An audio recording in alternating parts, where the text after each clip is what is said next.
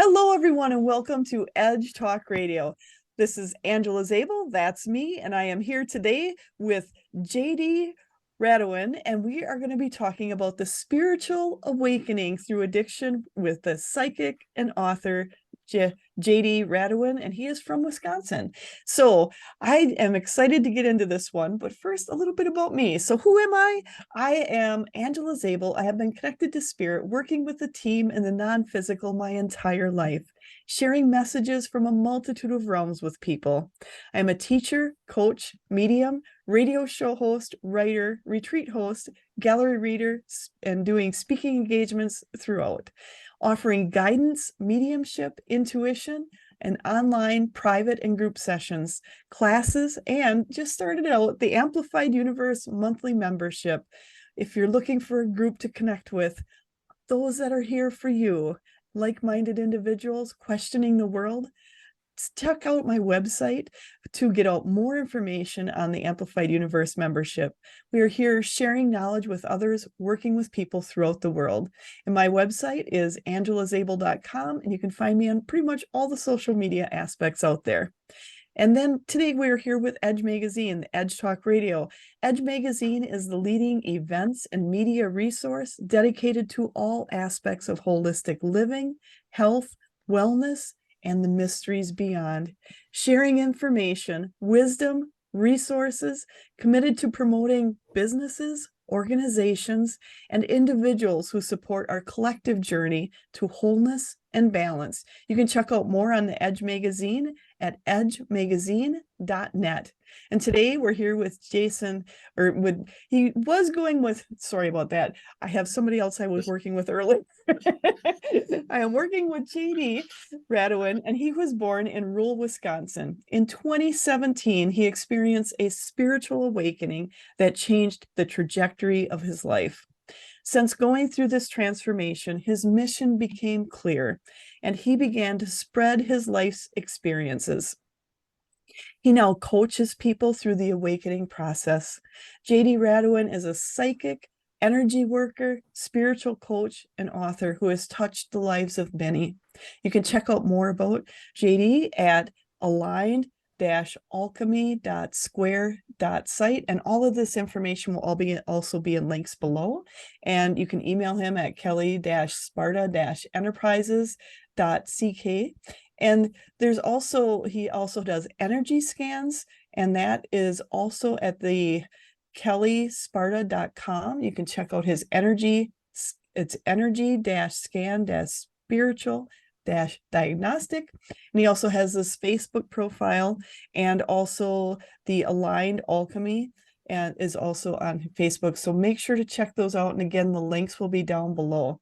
So JD, I am so happy to have you here. And I'm just wondering, what started you on this path of where you're at now? Well, I suppose the answer is my mother, right? She brought me into this world, and I there's a funny story. She said I turned around and tried to go back in, and I don't, knowing what this life path was going to be like through some of it, I don't blame little me, right? That inner child, that really inner child. So, I love what that. started me on this path? I grew up. I grew up, in a predominantly Lutheran family. I went to church, non-denominational as a youth, and it was troubling for me. Being super sensitive to energy at a young age. I just felt conflicting energies when I sat in these types of rooms. So, and I had questions, right? Like I always had questions from a young age, and I was taught in those places that you're not really supposed to question things. So, for a long time, I really did zero work on my spirit. I'm from like the age of 13 to when the awakening started in 2017, I really did not do any work on my spirit. But after years of addiction and alcohol abuse, I was, I don't recommend this path to anybody, but I triggered a spiritual awakening, and I was unprepared for it. I started hearing the voices. I started seeing all these synchronicities in the world. And I started seeing, like most people talk about their spiritual awakening process and experiencing oneness and connection with the divine and being able to talk with God. I will tell you that was not my process at all. Like I saw demons. I saw, like a lot of, there was just so much fear running through me. My fear was another thing that really started triggering that awakening process in me. So, through 2017, and it was, just really a long, dark night of the soul. I was getting all the messages that all I had to do was surrender, right? Like I didn't understand that at the time, right? But surrender is such a huge part of this process. All I had to do was surrender my addictions. And I just, the old, masculine warrior past life stuff, I could not give it up. And I witnessed things that I had done zero inner work in my life. So I was not prepared to deal with all these things. I didn't know what to do. I had no protections. I didn't understand. So I ended up going to prison in 2018 for 2 years, and God kind of put me on a timeout source. He's like, okay, like we're going to give you some time to, reflect upon life. And, I, it was there that my aunt wrote me a letter, and in that letter, we had been back and forth throughout my stay about my spiritual beliefs. They were changing. Like I was changing. I know there was something greater beyond me at this point. I just didn't know what it was, or like how to get past the indoctrinations and belief structures of everybody else and tune into my own authentic truth and how that works in this wide world of knowledge and beliefs. So, it was three simple words. She said, God is love. And I was like, oh, like that's a God I can get behind. Um, so, that's where my awakening process started. After that, I started doing research and, mythology and a multitude of different religions. I consider myself a Christian omnist at this point. I believe there's truth in all of it. And my mission is to kind of bring people together, right? Like I don't understand what we're fighting about. It seems like, we all agree that faith and love are good things. So, that's what I'm trying to do, is bridge that gap. I just recently wrote a class. The angels helped me download. You know how it is. They're like, write this. Like I'm on vacation. They're like, write this class. I'm like, but you guys just sent me on vacation because you said I was burned out. And I'm like, I don't want to do it. And they're like, write the class. So I sat with my beautiful fiance, and we sat down, and it's called Bridging the Gap: Intro to Angelic and Energetic Work, and it's all about kind of bridging, Western and Eastern philosophies. Not that angels are strictly a Western philosophy, or but it's kind of more in the culture here, in the Christian community. So I'm trying to find the things that connect us all, and build from that. So that was a little bit about my awakening process. I love the fact for you, you did take a different path than is what I'm going to say what's portrayed, but just because of what's portrayed in the public isn't necessarily the path everyone takes. That's just the path that's talked about. And I love the fact that your path is probably lining up with a lot more people than you think, where they're taking a path that way, where maybe their first awakening is with demons and with fear, and knowing that everyone's path is going to be different, to embrace however it is that it starts with you. That's something that's so important. And I think a lot of people really come down on themselves because, well, I didn't have the path where, I was enjoying this beautiful, beautiful beings and everything going on right away. And it's like, but that's not everyone's path. And I'm really excited to talk with you today, for people to realize that everyone's path is different, and it should be embraced no matter what it is. And that if you've had this path, there's other people that have had similar aspects with it. So I think it's really good for people to realize, in the fear, and talking about, when you had talked about the God that your aunt had said, God is love, this God is love. That's something I've talked to other people too where they talked about, God, I can't get behind the God that's been portrayed to me. And I said, well, then don't get behind that God. And I love, I think for you to let people know when you first started awakening and, you had that time to really reflect, were you going through, was there a lot of fear? At what point did you go from, say, the demons and the fear aspect to then connecting with the angels, how did that transition happen? Well, so I was released from prison in 2020, and I'd love to tell the hero's journey story that I had learned all my lessons and I didn't go right back to doing all the same things I was doing before, but that wouldn't be authentic, nor would it be true. So within 3 days from being released, I relapsed and I continued, heavily using again for about another 6 months. So in June of 2020. I was done. Like I just couldn't. My mind was just tattered from these deep dark nights of the soul. And if you know anything about this path, I don't speak from opinion a lot, but one truth I will state in my life is that when I don't heed to the lessons get worse. So by not surrendering, these dark nights of the soul got worse, and the demonic presences worse and worse and worse. But it was during this time that the archangel Michael started coming through, and then I started seeing the symbolism of Archangel Metatron. I started seeing sacred geometry signs, Metatron's cube, and I started with Michael and working with protection, and then from there I moved into working with the Archangel Raphael, who as a man who's stepping into the healing path. Archangel Raphael has just been monumental in my inner self growth, the healing of my mind, releasing of traumas, and being able to be a conduit for his energy through my works. So it started with those three, and from there, I started studying the energy centers more, and then realizing that there's a correlation being made. How, like I believe there's more than seven archangels, right? But I use the seven traditional archangels to work with the corresponding chakras, and that's what we do in the course me and Cassie created. Is I use each of them because like as far as angel work, it's interesting because there's they don't really, they talk about them, right? But they don't really tell you how to work with them, right? Or that each of them kind of have a specific energy and can help you with specific things.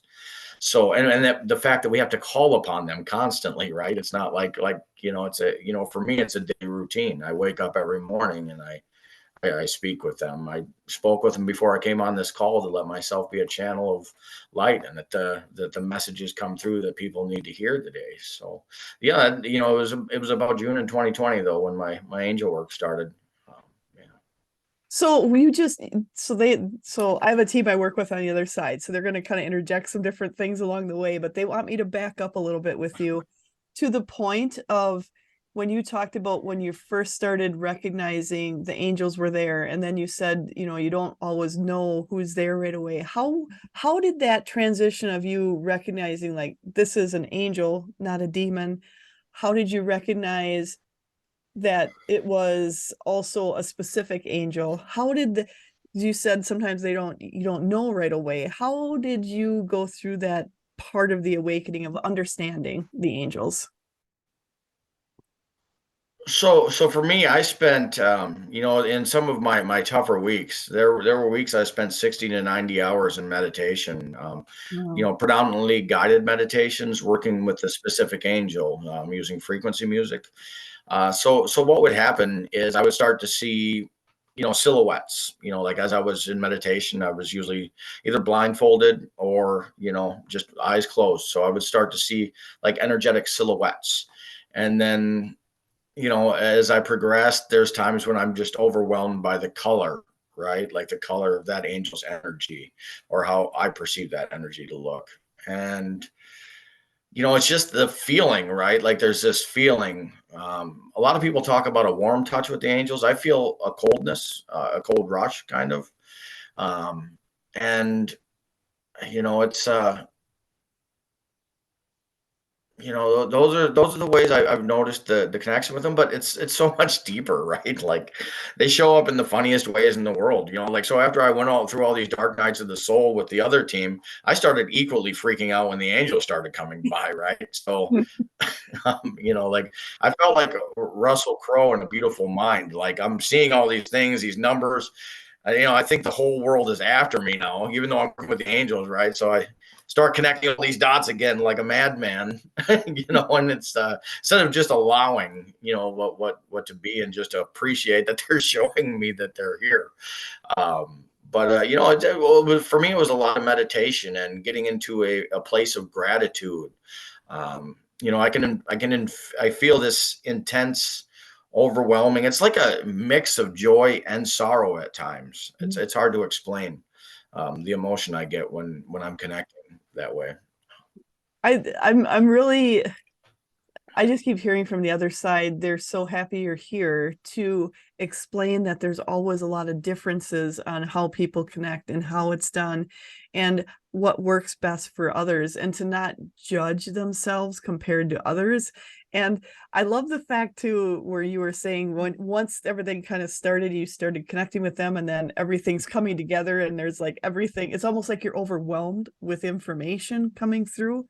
And that does happen a lot of times for people, is there's just, once you start opening up, so much information starts coming through, it does get a little overwhelming at times. And to take time to just sit with it and to go back with it. And I love when you talked about, because a lot of people talk about when you're, you talk with the angels, you're just always joyful and happy, but you're also talked about feeling sometimes the sorrow, and to be open to, it's going to be different for everyone, and you're going to tap into all those different aspects of the angels. They're not one or the other. They're not just as has been portrayed so much with media and everything out there. There's so much more if you're willing to look. And when you talked about being funny too, what have you experienced with different funny aspects with them, or something that was kind of humorous to you? So I have a unique relationship with the angels. I'm sarcastic. I'm working on that in my coaching practices, but it is part of my authentic truth. Um, I went to a medium reading last October in 2022. And she's like, she was talking about Metatron was there. And she's like, I have to say, I've never seen this before, but he's like being super sarcastic. And that's because that's how I've communicated. I was up until recently. Like I've really been, it's really something on the, we were talking before about identity shifts. It's one of the identity shifts I'm making. But, you hit it right on the head. And this is, like in the coach I teach, or the class I teach, welcome to the woo. We don't do the work for you, right? Like spirituality is just as, guilty of creating indoctrination as a lot of the organized religion has. Like, this is the way to do it. Your connection to spirit is yours and yours alone. The way you see it, the way you perceive it, the way you do it should be yours. And that's why I'm very limited on how I teach people, right? I teach people, I give them prompts, and then you go from there, because your connection should be yours. And I don't want people to give their power over to me. And I don't want them to farm out their thinking to me, people have that tendency to do that. Yeah. So, yeah, but the process is different for everybody. It's the awakening process. I've not met two people that, have the same, same experience. So it's I think there's equal parts. I just heard this a couple of days ago from somebody I was doing a reading on, and they said that there's so much power. I talked about unconditional love and that being like one of the highest forms of, you know, magic or energy that we can tap into. But in addition to that is authenticity. And when you think about it, authenticity and unconditional love really go hand in hand. Because if we love ourselves enough to be our authentic selves, then, they really do tie in together. So, yeah. Absolutely. And you talked about when the other woman had or whoever it was had gotten through and said that it was Metatron was sarcastic and that you're sarcastic. And for me, I think it's awesome because a lot of times we tried to shift who we are as we work with those on the other side. Instead of embracing who we are, if we're sarcastic, that's okay. And I've discovered that they have a pretty good sarcastic sense of humor over there. They have a great sense of humor. So really to be yourself and to be comfortable with who you are, it'll be fine because there's so many on the other side that also have sometimes that sarcastic aspect and that so much humor from the other side, and to be able to step into who we are, who we want to be. And I love how you talked about everybody does it different. Everybody's journey is different, and how you need to embrace the differences. Is that something you they want to go back to something you said, how you also talked about sometimes things in the metaphysical are done on a specific way, almost like a religious aspect with the indoctrination brought over. It needs to be done a certain way. And I keep hearing from them that they are excited that because you're different, because you had a different path, you're going to reach people who are also having a different path, and to embrace that part of it is, and Yeah. that's also something that you're teaching people, is to embrace their other path. When you're teaching people, are you teaching certain ways and then also having them move on to ways that work for them? Or are some of these people coming in with ways that are working for them and you're helping to expand those ways? So I'm a coach, like I started working with a shaman after my awakening, which is an amazing story in itself. um, Oh, I had shamanism started coming up after I started working with the angels, and I was like, I don't know what this is. Like why are you guys feeding me this? Like I don't know. I don't even know. Like you guys are really overloading me because I just didn't believe in anything a couple weeks ago, and now all this. And so I had to, one day I was just on my phone and I was doing some research, and bam, up pops, my teacher, it was Kelly Sparta and her podcast. And I called her, at the end, she talked about her program, and I was like, I have to do this. So I called her, and she said, no, she's like, you cannot be in my program right now. You're not energetically safe. And I was still, on the tail end of addiction, right? Like I was still, relapsing, I was starting to put together about, it was in regards to moon cycles. And I was just, she creates these energetic containers, right? So safety is of the utmost importance when we're creating these tribes, this tribe-like format. So she gave me some homework to do, and I came back 5 months later, and I stepped into that program. And so the way we teach, the way that she created this program is, it's about the inner work and the ethics of energetic work first, right? Like we everybody's path is different. But regardless of that path, I do believe that, getting to know yourself the best you can is of the utmost importance, right? So we start digging deep. Not as deep as we go in the later programs. We have a few programs, but the first one, Welcome to the Woo, dropping the veil of fear, because that's what we're doing. We work with empaths that have, they've been sensitive to their energy their whole life. So we get in and figure out what was their path to this, and realizing that empath, natural psychics, when you think about it, the ability to feel other people's emotions, it's a very metaphysical gift, right? But it's also super overwhelming, right, when you don't know how to manage it. So we spend the first part of the course, learning to master our energy, how to pull it in, work with protections. So that's, but, and then we're doing the inner work as we do that. And it's important.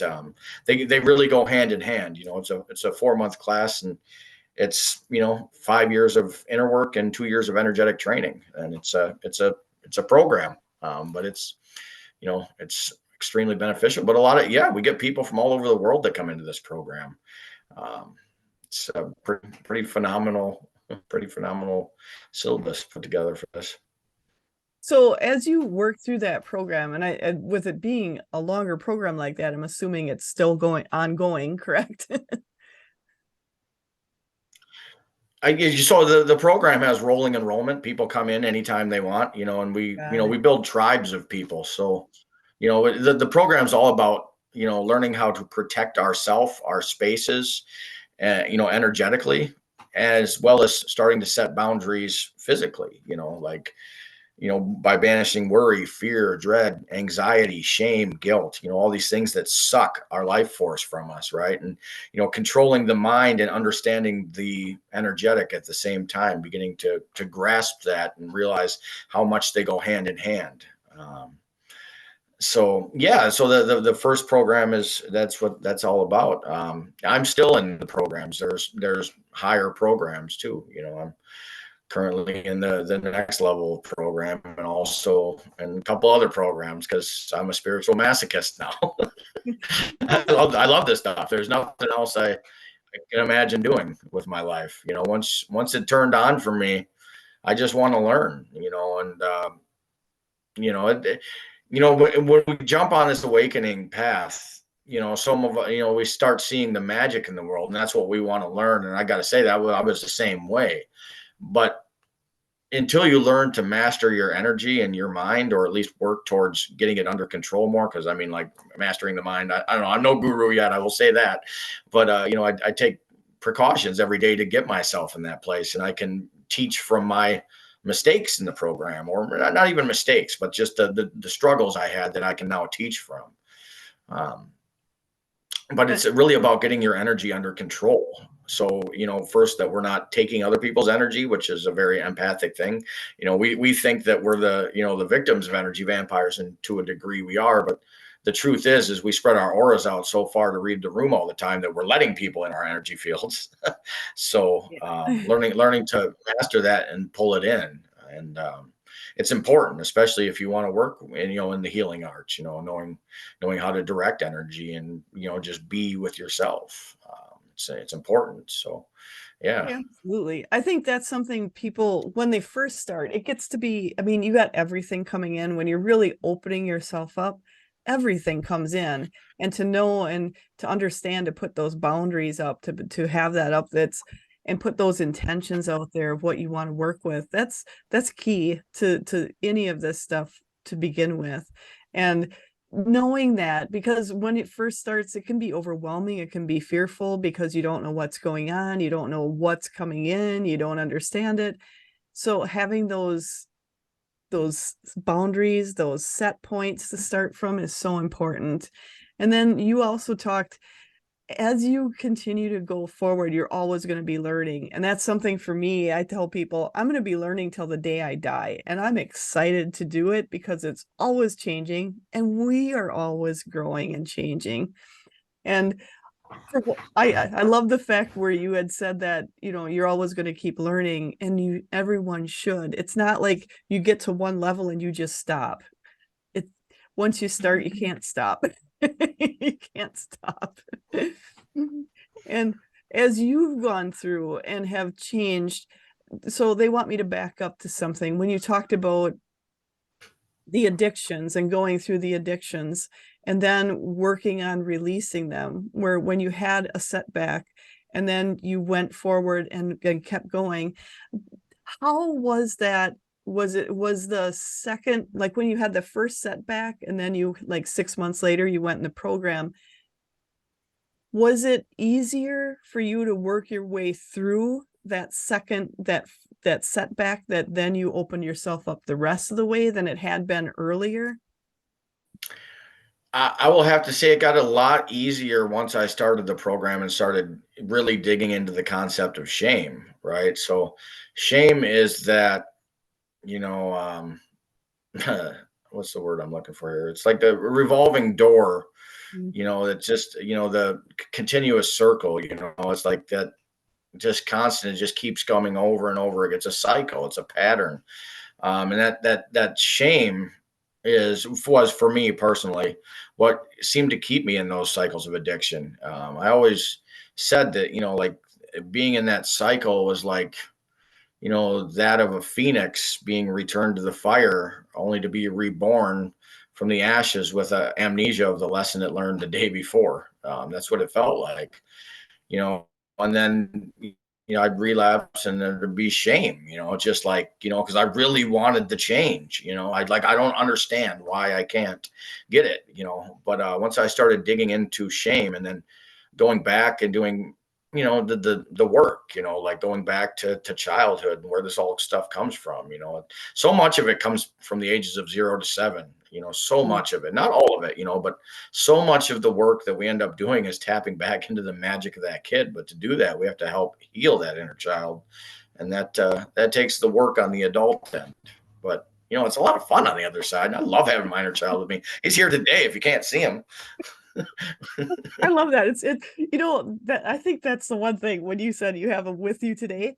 It's that you can relive that inner child. You can have that child have the childhood you've wanted by just having them join you today, having them come with you today, have them experience everything you're doing now. How fun is that? It's like someone who's taking all the time with you that you maybe didn't have given to you when you were younger, and that supportive person in your life that you might have not have had when you were younger. So I think it's awesome. And welcome, little JD. He says hi, but you can probably see him. I, he's I love the interaction and to have that ability to bring that inner child. I think this is something everyone should be doing, is having that inner child with you, especially on the things where you're doing accomplishments and maybe things you maybe thought you wouldn't be able to do in the future or never thought you were capable of. And to be able to have that success and have them with you is so important as we go forward. And Yeah. they want me to talk about, like you had talked about, shame. A lot of us feel shame with, I should have known better, I should have done it different, I should have done this, and to move through and know that everyone's allowed mistakes, everyone's allowed, and they're so my team is kind of changing it up. They said they'd really like us to get rid of the word mistake and instead look at it as growing opportunities. Mm-hmm. Nothing is a mistake, they're only growing opportunities. And just when you look at it that way, the lightness in your heart and the words of it are much lighter than shame. So as we continue to go forward with ourselves and with you, has the they're calling it, has the growing opportunities lessened for you? No, they're just different. you know, like opportunity every day. That's the fun part of it, right? Like, one of the things my teacher taught myself into all the things that I feared, right? And knowing that there's going to be many growing opportunities from here on out. And but it's the ability to create new, to break these chains that some of them weren't even my change. Some of these are societal chains of telling us, how we're supposed to live, how we're supposed to think, what we're supposed to believe, what I'm supposed to eat. I I've always liked to do my own thing, and I'm finding that is beneficial. But at the same time, I'm co-creating with spirit. I'm co-creating with other people, like-minded people that also kind of buck the rules a little bit, right? Like there's a lot of us that just kind of see things a little bit differently, and it's not that I don't appreciate or love people that are happy. Like if you're happy, do it, do you. Like I think that's the ultimate life purpose. Be happy, right? I just, I'm on a quest for truth. I'm on a quest for light. I'm on a quest for love, and it's the hero's journey, right? I mean, I think that's what I embraced in life. I don't really think I have a choice at this point. I don't know what your team says, but my team just keep going, try new stuff. So that's what we're doing.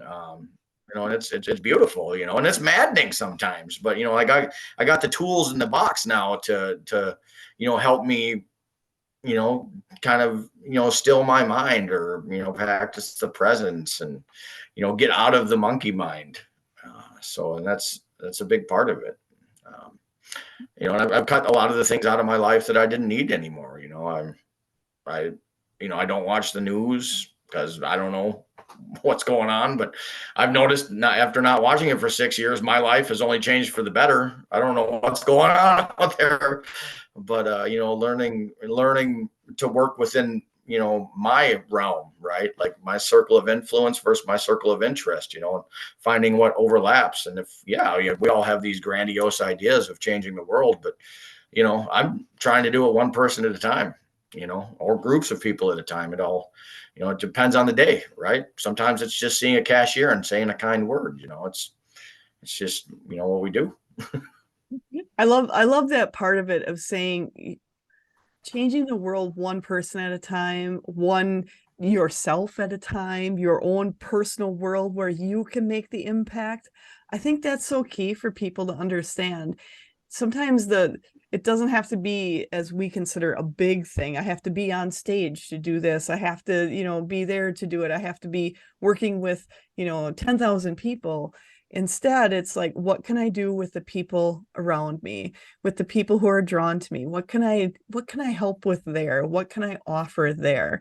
And I think that's something people forget about, is what can you do in your own circle, in your own being?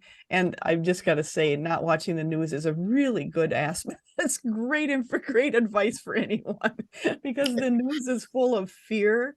It's full of definitely not hope. There's all fear, and it's trying to embed that in you. So step out of the news. And as you've gone forward and stepping out of that and really working on you and affecting the people around you, there's a lot of people that don't feel that doing that smile to the cashier or talking to the cashier makes as much of an impact as talking to a group of people. What do you say to them? I say, think about the person that smiled to you when you were having a rough day. Did it change the way you felt? I I say, one of the things we work on is accepting love, right? We show so much love to each other that goes unrecognized in this world. The simple highs, the simple hi, how are you? Um, the smile, the nod.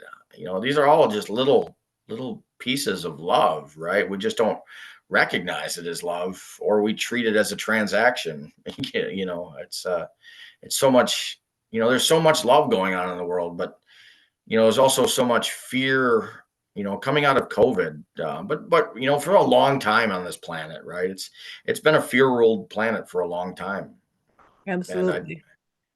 it's how the powers that be, keep us moving as chess pieces. I think, it's my personal belief, and I think that love helps conquer that fear. When we love and acceptance for what is, right. It's you know I but think love is go ahead. I was just going to say, I think that's something people forget, is love is so much deeper and has so much behind it if you're willing to open yourself up for it, if you're willing to see it.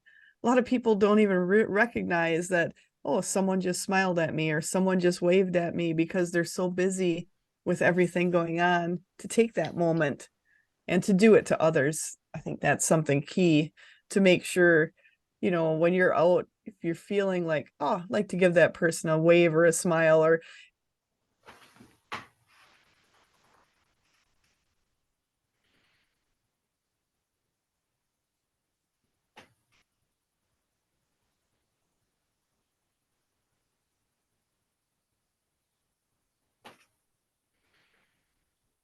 and now you have that little JD with you as you're working with him. How did you start working with him, and what was it like to open yourself up to recognizing you can work with him? So for me, it was also, like I got so much of my start in guided meditations, using stimulants for so long, there was so much white noise going on in my head, you know, um, that I found guided meditations to be really helpful. So I started building a relationship with my inner child in guided meditation. Then I would start, bringing him out more, like when I was playing music, right? And then, I would bring him out when I was, like at the time I was operating machinery. So I was like, how cool is this that we can do this, dude? Like we didn't even dream that we were going to do anything, right? And, and then I Love would, that. as I started building as I started building that relationship with him, I started to bring him around my parents, because as the inner child, there was a lot of trauma around our parents. It's nothing on them. Like everybody's on their own journey, right? And they've done so much of the healing process in their years now. But as a child, they were still very much going through their own things. So I started bringing my inner child out and around them and showing them that it was safe. And letting him know that it was safe, right? Because it's really about the inner child not feeling safe. So, and then I do ridiculous stuff, right? Like, like when I'm getting down now and I need to re-energize, I have an inner child day. I just had one yesterday with Cassie, and like I'll just go to the arcade. I do, at 38 years of age, I just like, what would my little dude like to do? So I go to an arcade and we just go hit Dance Dance Revolution and play games that we never had enough quarters to beat, because we do now. and I love that. it, yeah, I mean, it's that's a very individualized process. That's how it connects for me. That's how I connect. I love the fact that you said that you brought your inner child along with when you went to go see your parents, and with the people that you maybe didn't feel when you didn't feel safe or supported at the time, to bring your inner child with you, having that support in you and knowing it's safe. I think that is so key for people, and that's something I hadn't heard it done that way before. I am very much a fan of it now. And so as you're doing that and then doing the inner child days, I think that's so important for people. That's one thing I always love to do, is if I'm going to do something special or just go do something different, and just bring your inner child along. And I would stop for ice cream. So I love that you went to the arcade and then got all the quarters you could. I love that. Yeah. I think it's really important for spiritual practitioners. I work with a lot of spiritual practitioners that are, looking at different concepts or growing themselves in different ways.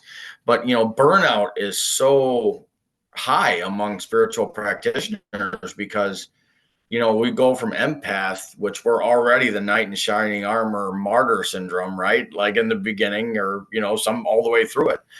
We don't recognize burnout, and then we're just functioning on low batteries for a long period of time. So that inner child work is how I recharge. I know when my energetic meter is hitting low, and I'm like, all right, time to get out and just have some fun. Go get, like you said, go get an ice cream. I take the kids. Like I'll spend time with kids, right? That'll help too.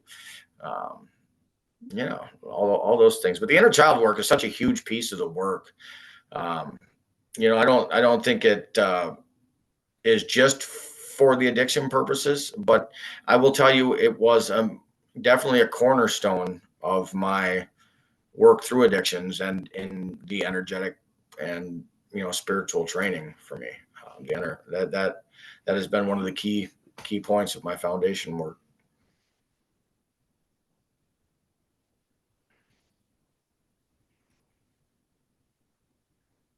Think you have to do it a certain way, or do it like someone else did it. Instead, embrace, how would you want your childhood to be? If you could if you were now the parent or the favorite uncle or aunt, what would you do with that child and treat the day as such? So that's something I think is key for people to realize. It's going to be different for everyone. Don't think it has to be the same as everyone else. And that brings me to the judgment. So how did you and how are you working yourself, or how have you worked yourself through the idea of judgment on yourself or judgment of others, or shame, This as was you said? this, this was one of the hardest ones for me. Judgment was one of the hardest ones for me, because being, reasonably intelligent, also being extremely manipulative during my, musing years, I really started seeing less of people, if that makes any sense. I didn't see them for who they were. So judgment was one of the hardest lessons for me.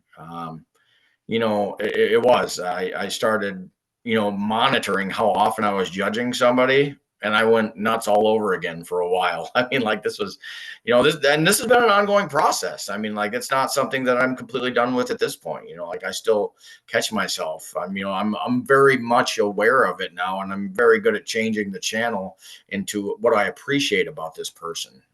It's much different, and like in the spiritual community, they talk about mirrors a lot. Like, what we see in others is what a reflection of ourselves. Well, I don't ascertain that that's a truth all the time. I will say when you look at it through that lens, it is beneficial in getting through judgment of self and judgment of others, specifically with others. But, I don't think that it's always like that, for the record. Like people have a way of tuning in on that and being like, well, you're just a mirror and this is that, and that's on you, not me. And like you'd be wary, because that one is used as a tool. I've seen it used as a tool more than once. um, but for the most part, the judgment of self, that's still a tough one. Like like I started studying Carl Jung, and his archetypes and the shadow work. Like when I was digging into shadow work and what it is, obviously you go to the godfather of shadow work, Carl Jung, right? So, um, I was looking at the shadow archetypes, and one of them was perfectionism, and that was the one that tied in. Like once I started realizing how detrimental, that perfectionism was within me, I was able to start just, taking it a little bit easier on myself and realize, does it really matter if, I didn't fold that piece of paper when I was 6 good enough, and maybe I wasn't great at origami? Like, does it really matter, that I was 5'6" and I wasn't the highest leading scorer on my, basketball team? Like, I stopped, so I stopped caring about things. It's weird. It's a weird part of the process, for empaths. It almost seems like during it that we're turning into narcissists, because we're detaching from everybody else's stuff and our own stuff. So we feel this. It's a weird shift. It's a weird shift, because, like it's like we got this piece or this sense of self or the self-worth from, being that knight in shining armor for other people.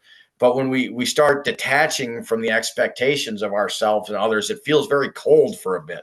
That was another tough one for me, in this path.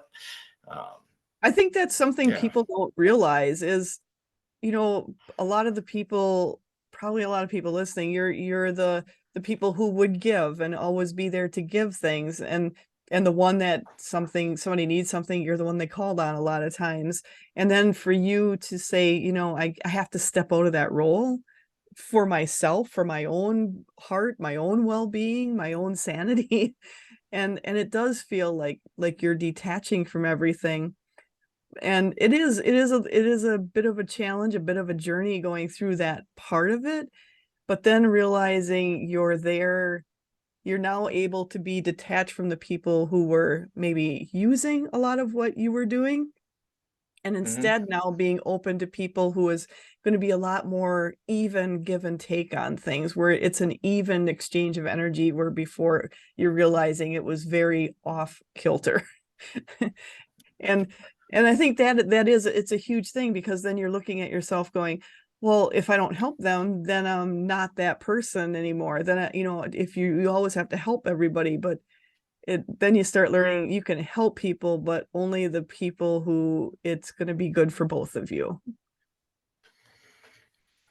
Yeah, no, absolutely. It's all part of setting those boundaries, right? I recently had a friend come back into my life. We had to separate for a couple years. And the truth is, like I would pray for him. I would ask my angels for help. But and it was hard. Like he was going through his stages of addiction, and he wasn't giving in. It was no, there was no judgment. It was like, I have to do this for me. And I just cut ties, and I didn't feel ashamed or guilty about it. Nice. But he recently went through an awakening of his own. And now, like it's like we're back on the same frequency again. And it's beautiful. It's beautiful to see someone with, such a similar mind. We're always very connected. In our using days, to see that cycle into the other side of it, but realizing that had I, still managed to hold on to, that constant, that drama, right? It's a lot of it's so much drama. People just like, there's just people that want to live in that drama, or they're just not ready to break the cycle just yet. And we can get wrapped up in that. That's what I did, right? And it was a resistance to doing my own inner work, which was the fun point of learning. That all that Yes. stuff that I was helping others was a resistance to me doing my own work. I thought I was out here saving the world, my superhero cape. But the truth is, I was just resisting doing my own inner work on a deeper level. So, but sometimes the greatest thing we can do is let go of what's not serving us, and that it truly does not mean what isn't meant for you won't come back around at all. It just means that you're doing yourself a service, and you're probably doing that person a service, even though it doesn't feel like it, especially in the beginning. I agree with you 100% on that, because a lot of times we feel like if we just stay in their lives a little longer, we can help them see what it is. And sometimes they just need someone else to show them, and might not be you. And I love how you said, you love them, and you think of them, you send prayers, but knowing they're on their own path, and then you're giving them the opportunity to grow. And otherwise, if they're next to you, you won't give them that opportunity. As much as you feel like you're the one that can fix it all, sometimes it needs someone else. And to be able to step back, that's key. That's key. And a lot of times they will come back in your life, but they're in a different energetic state. And then it's so much more fun. And it sounds like you're having a lot more fun together now, and with this new journey that you're both creating. And as you both so both of you are kind of coming out of the addiction part of it. Have you found that the more you're connected to to all that energy on the other side, has it been more of dissipating some of those addiction aspects?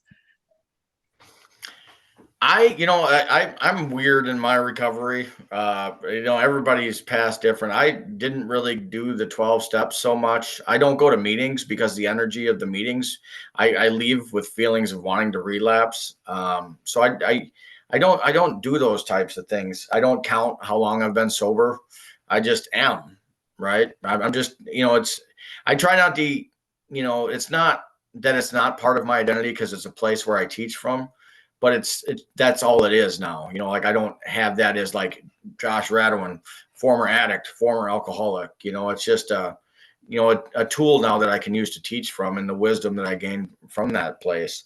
But the energy does dissipate it because I got so many good things going on, right? Like I got my mind back. I got, it doesn't mean there's not hard days, and there are like more um, obstacles to see past, and the ability to create what I desire. But it's it dissipates a lot of that desire for altering my state of mind. I am a proponent of plant medicine myself.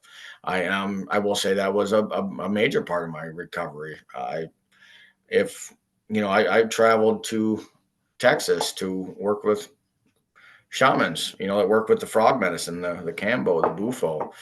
These were all tools that were great in my process as well. You know, it's there's many paths. There's just many paths. Get out there and explore. Follow your intuition. That's what I tell people. Like, what do you want? What resonates with you? What's popping up on your radar? Follow that. It's probably a reason, right? That's one thing I love. And there's one part you said in there where you just said, I don't keep track of how long or whatever, I just am. And I think that's so key for people. Sometimes it's good to know you are changing who you are, totally changing who you are. You are someone different, and to not worry about who you were. And that also goes back into the judgment. Don't judge who you were, and instead look at who you are and who you're going to be, where you want to go. And I think so many people, we hold ourselves in past judgment. And as far as judgment, do you feel because you're working your way through, are you feeling the judgment you had on yourself releasing and leaving? More than ever. It's not gone all the way yet. Like I said, I'm still working through my shadow side of the perfectionism, which really is a judgment based. But it's better. Like I'm mindful of it. I can laugh at myself when I pick up that I've been in my head for 2 hours. I'm like, okay, come on now.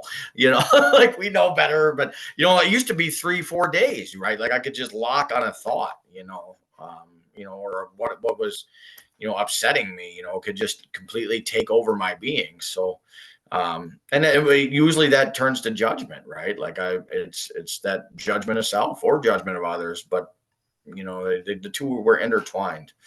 But the judging myself has gotten a lot better, and it's a huge part of that process. It's, just becoming aware of it, right? It's hard because we live so much of our lives in our head, right? We don't even realize what's going on up there. Like seriously, write down whatever comes to your mind for 30 minutes. It's a freaking circus up there, right? Like I don't know what everybody else's mind is like, but I will tell you, I'm like, what was that about? Like I'll sit in meditation sometimes, not able to completely clear and get there. And I'm like, what was any of that? Like, what was that? Like, I don't know. Right? Like, none of that had any bearing on what's going on in life right now. But it's part of the process of learning stillness. The other piece I'm getting told to talk about is meditation, right? Like it's the big word that has so many photos on Facebook or YouTube. Like everybody's got to be legs crossed and Gyan Mudra, and you gotta like I'm a beautiful soul and I'm doing the breath, and it ain't me. That's not how I do it. I will roll right into the fetal position. I will put a sleeping mask on and I will throw on some tunes. I will go outside. I will hang out with my chickens. I will just walk barefoot. I will just sit and look at the moon, look at the sun. These things are all meditation. Don't get so wrapped up that you have to be, one of these, quintessential pictures of what you see. Meditation there's many forms of it. And, there was one of the big blocks. I was like, I'll never be able to meditate. And then I realized every time I drive to work, it's a meditation, like listening to my songs and just, being in gratitude and being present in the moment. That's a meditation. Simply petting the cat and just really being with me and the cat, just petting the cat and just being, that's all I'm thinking about. Right. And it's great. There's just, and it's different for everybody. And I explored a lot of different ways until I figured out that all of it was a form of meditation. I love that. I'm glad you brought it up, because I was just going to ask, like, what are you doing for meditations? You were sitting in meditation for a lot, and to know it can be whatever you want it to be. And I agree. When I first started, I was like, well, there's no way I'm going to ever be able to meditate, because that's not me. My mind's going 100 miles an hour and all the crazy that's in your head, like you talked about. And it's like, how is that going to work? But being okay with, like you said, walking outside or just listening and really, really listening and getting into the music of a song and then opening yourself up. It's all meditation. And for people not to judge themselves according to all those social media pictures that are out there and just enjoy the journey of it. Really enjoy the journey of it. And I think that's so key for people. And I'm glad you brought it up because I was going there. Just try getting off your phone for 45 minutes or a day, 45 minutes to half a day. See what happens, right? Just put your phone away. Like we are in this age of instant gratification, and it's got to be harder now to meditate than in any time, than in any time. Like we have this, and this ties in with the addiction pieces, like we have whatever we want at our fingertips, like, but we're confusing knowledge with wisdom. To me, knowledge is being able to recite something. Wisdom is the application of knowledge. Um, I and love that. that came in meditation a couple of weeks ago. I've been using it all the last couple of weeks because, Because it's really good. but yeah, it is, right. Maybe 1,000 years from now, I'll be in somebody's quote book. But it's we have all this information, and the feigned connection, right? Like we're struggling as a society, as a collective, to actually connect anymore. We have really farmed out a lot of it to tech, and I will tell you, there's a difference when I'm out in public teaching a room as opposed to being over my phone, and it's just different, right? The energy of it is different. It's not saying that you can't do both ways, but I'm there's just something better about the hands-on to me. And it's COVID really shut us down in a weird way. It threw us into a worldwide hermit stage, but it helped wake a lot of people up. So Absolutely. but I think getting out and connecting. Go. I think that's something important to know is, when everything kind of got shut down in the world, to know it was a way for us to connect differently, and for people to wake up and find there is a new way to communicate, a new way to connect with people all around the world. And I think that's the hermit stage. Yeah, people started reevaluating. People really started looking at themselves and going, what's serving me and what doesn't, and using that knowledge and turning it into wisdom, I think, is something that was definitely used during this time and is still being used, which is so, so good to see. I love seeing that. And so as you've been working with people, and you started doing also an energy scan. So what is the energy scan? So the energy scan process is, so I go through the chakra system. I can, it's like I consider myself an energetic electrician. I like that. So what I'm doing is when somebody is stuck, or like I should tell you the process of how it led up into this. I did what most people do when they start on the energy healing path. I started with Reiki, right? I started with Reiki, but I realized that I could help people get energy moving as a conduit, but unless they started working on the psychological aspect of what created this energy block in the first place, that I was just treading water. And my joke is the best service I could ever give you is if I never have to see you again. Right? Like I want you to be able to do this yourself. And so the energy scan process is, like I'm going through all the chakras. I'm going through the crown, and I'm looking at blocks, in the connection to source, looking for different abilities in there. I'm, in the third eye, I'm looking for your ability to transmit and receive from the Akashic. Going to the throat, I'm looking for the way you speak yourself into the world. In the heart, I'm seeing how open you are to receive, how giving the heart is. Solar plexus, this is where it gets pretty messed up. We're looking at the power of the will, identity, the inner child. In the sacral, we're looking at sexuality, sensuality, creativity.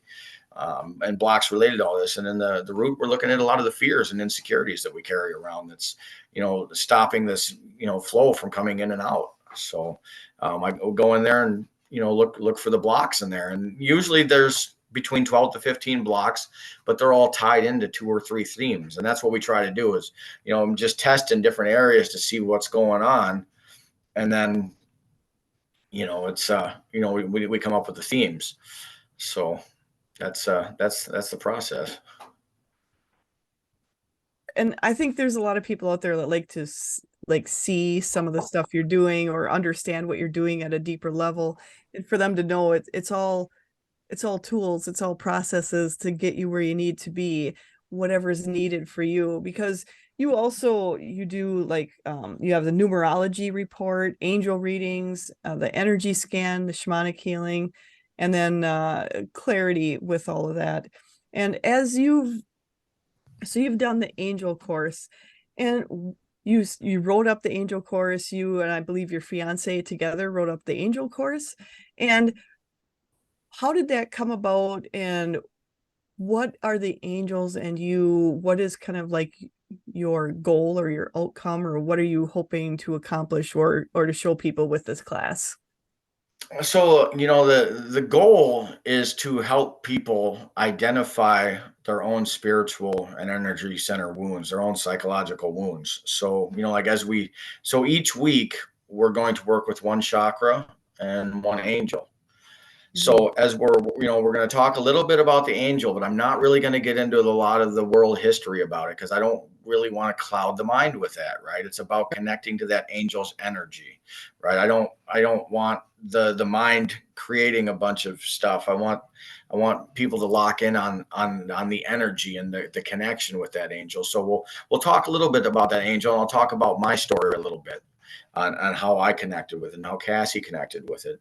And then, we're going to talk about why we're working with that angel when we describe that specific energy center. So, I'll give you a little brief overview. So week 1, we're going to be working with Archangel Michael in regards to the root chakra and fears. So we're gonna work on fears, because Michael is the angel of protection.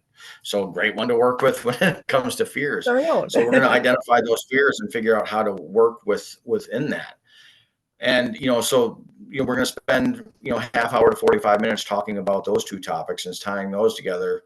And then I actually, my cousin Zach, he's a graduate of Madison Media Institute, excellent musician.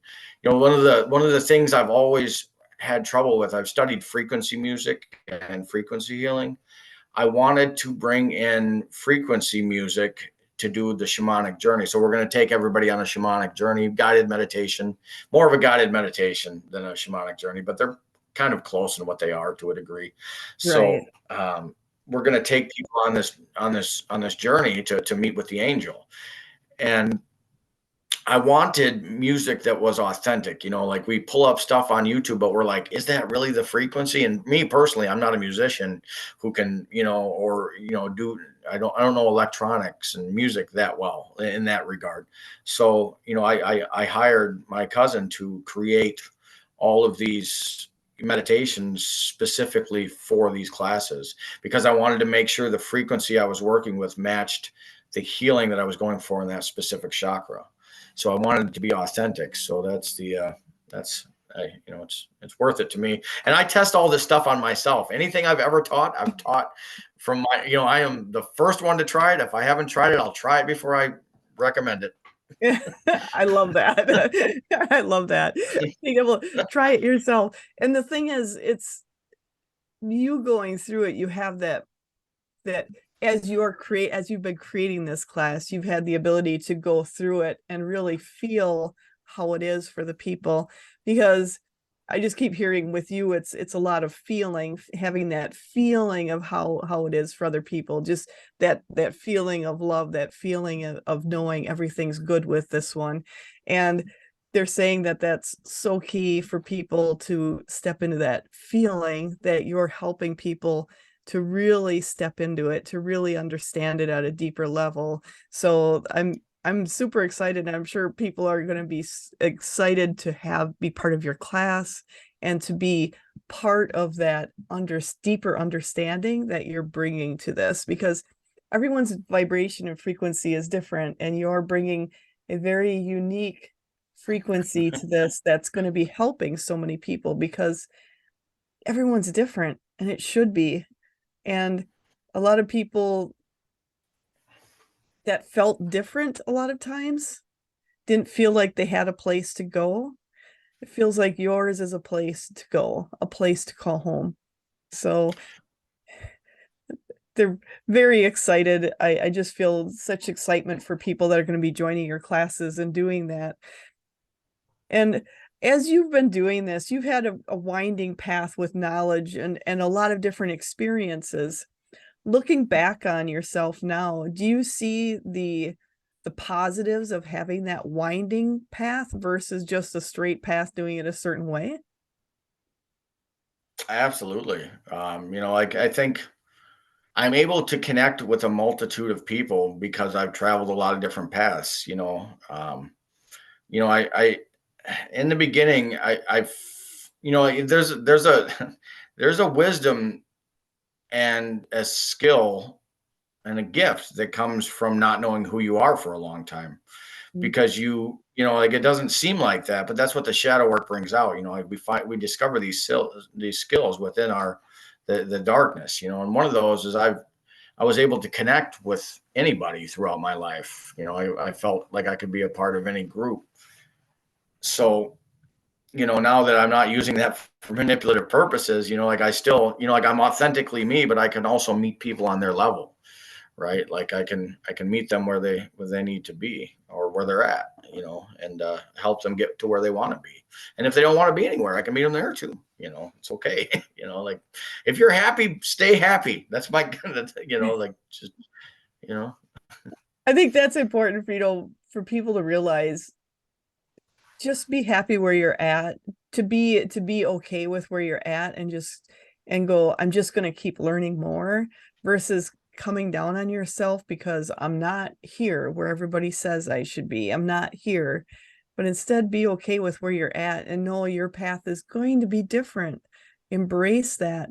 And by that different path, the people you're going to reach because of it is it's astronomical if you give yourself the credit and the chance to be different, to come there on a unique journey.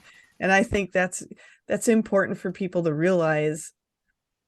As you started the awakening process, you said in 2017. So what actually happened then? I mean, you were doing your time, doing the other stuff, but what was it that happened to come in that was just like, wow, Well, what's going on? um, so it's hard to pinpoint any one time, but like in native cultures, they do, vision quests, Mm. and using stimulants as heavy as I was, like I was constantly not sleeping for 3 days, 5 days, 7 days, and like I said, it's not an approach I recommend. But like I was probably 4 to 5 months into really going to this next level of my use, and it was, that's what caused it, right? Like I started seeing things, I started hearing things, and I had always been like that, though. Like I had used earlier in my life pretty heavily, and I had put it away for many years. But this second time around, I couldn't put it away, and the messages were far clearer, right? Like I needed to do some serious changing in my life. So it was that, it's realizing that everything couldn't be fake, right? Like, and it was hard because, like, there is, like psychology will write this off as, a stimulant based psychosis.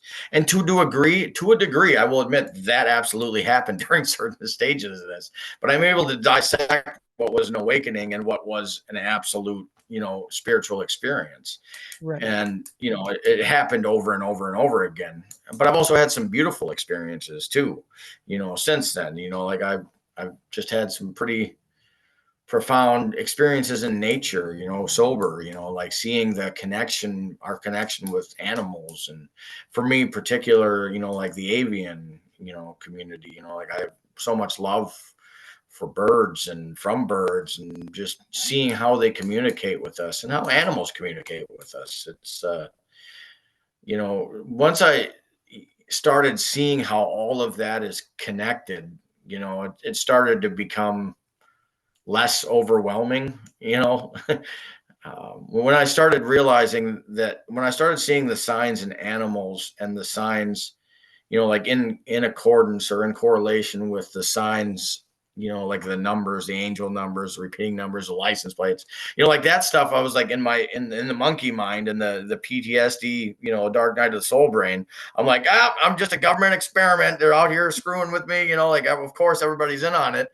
But I'm like, they're not flying birds at me constantly, right? Like it's the fourth eagle I've seen on this drive. Like that's not normal, So, once I started to ease off of that, it's that was, but that was all part of the awakening, and it always came so fast. Very seldom any part of my awakening was like smooth, but that's why I coach the way I do.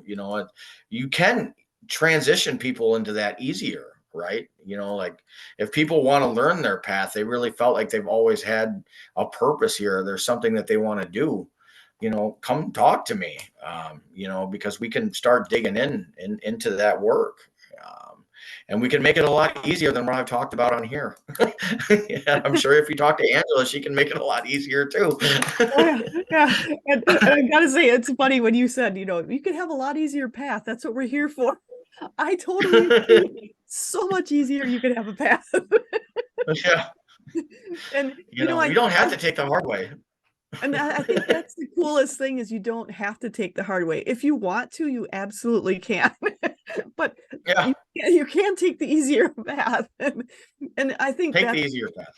I think that's the cool thing is both of us and with both of us is, a lot of we've been to a lot of different places. We've been to those dark spaces. And here's a way to do it in an easier way. Here's a way to kind of bypass, to take the shortcut, if you may. But it's Yeah. still in a way that's serving you. Your soul is learning everything that needs to know without having to do the exact, the exact ways we did. So I think it's awesome for people to realize we're all human. We all do things where we're always growing, always learning, and we're not the perfect, because the perfectionism for me was something that kind of stopped me a lot of times from even starting, because I didn't want to do anything that wasn't exactly perfect. And now I've releasing that part of it now. So now it is what it is, and you're just gonna have to deal with it. It's hard as a psychic, right? Because you have, this gift. And in the beginning, you just want to give people the messages that are going to help them the most. But you're so like, what if it's not the right message? Am I going to screw this up? Exactly. I don't know now. I got pretty good reviews, but when you question it, it actually lessens that connection, right? So, the Absolutely. less you can question it and just allow it to flow, that'll help a lot, help me a lot. But It's that learning to I trust yourself. It's that learning to trust yourself, I think, is so important, but it's a journey. yeah, it doesn't change. Yeah, I mean, it gets easier, like you said, the farther we get onto the journey on down the path, with the more tools we got in our bag to kind of see what's going on. We kind of start to see some of the patterns that show up in life. And it doesn't mean that we don't get side swiped sometimes. And what was that? I was not that was not on the menu. Like what was that? I don't understand. We all get it, but we can sit with ourselves and between our ourselves and our spirit teams and our angels, our guides, we are able to work our way through it. And that's a place, that's also where we teach from, right? It's like we've been there too, and we all go through there, right? I tell everybody that the best teachers I've ever had are the ones that are vulnerable. Like go on some of these platforms and everyone's like, like, hello, it's another beautiful day, like we're in the third trimester of the fourth equinox and there's a flare coming today. And, I'm just like, I don't know, like I'm just having a rough day, right? Like that's good enough for me. Like I don't know what's going on. And I just, it's not a judgment, but it's, the people I work with, they just generally don't care, right? It's the best people are vulnerable about their vulnerability, like the things that they're still going through, right? We have this tendency to put teachers on pedestals, and to a degree, we hold space, but I'm not teaching from where I'm at. I'm teaching to where you're at. It's different, right? So, what I'm going through is different, but I've been here, and I can help with that. But I'm also going through my own process repeatedly too, because I'm forcing myself so I can continue to teach from it.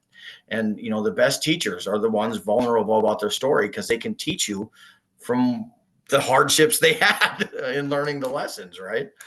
Absolutely. And it's knowing we're all growing, we're all learning. And like you said, teachers, it's like you shouldn't really be on a pedestal either. And a lot of times Yeah, it's not that you're here or there, it's just that you've learned past this, so you're the teacher, so then they can be here and then you're learning and it's going to continue as you continue. It's not that you're higher or anything like that, it's right. just you've gone through the lessons and now you're teaching those lessons to others, so theirs can be a little easier than yours was. And we're helping each other out. Like I learn from every single person that I talk to. Like there are things that come up in coaching. I'm like, wow, that is a great insight. I thank you. Like you just helped me add a tool to my bag that I didn't have. That's the beauty of it. It's we're all students and teachers. We're all students and teachers, and we can see it like that. We can open ourselves up to all this beautiful information and stay out of our ego. When we can stay out of the ego as teachers and just remind ourselves that we're also learning, as we're going through this process, it's just beautiful because it just opens everything right up. Absolutely. I agree with you. And you never know what you're going to learn. And I learn so much in the sessions when I'm working with people because, that other side, they're giving information and I'm like, "Oh, that's a really good way of looking at it." So we're learning and a lot of times we as teachers learn by working with people because a lot of times this is a lot of our time. And so it has to come from those we're working with also. Absolutely. Awesome. Well, I just want to say, is there anything else you want to bring up, JD, before we close this episode? If there's anybody that just happens upon this when they see the word addiction, just know you're not alone. Um, I know that it gets rough out there on that path. Get some help. There's a lot of earth angels in this world. Open your heart to receive some of the love that the universe has to offer because it's all around you. All you got to do is ask. There's good people in this world and they're all around us. And don't be ashamed of your story. We all got one. Nobody's perfect. We're out here, we're living, we're journeying, and I'm proof that you can get to the other side of it and do some great things with the wisdom of what you learned over there. So just be kind to yourself and get help because it's don't be afraid. I love that. And thank you for sharing that with people because I think it's so important for people to know we're all here, we're all learning, and not to judge yourself as you go through it. That is so important. So, and to know there's help, there's people out there. It's just if you're when you're ready to reach out, they're there. I love that. And you're changing, everyone's changing, I'm changing, and every single day, allow yourself to change.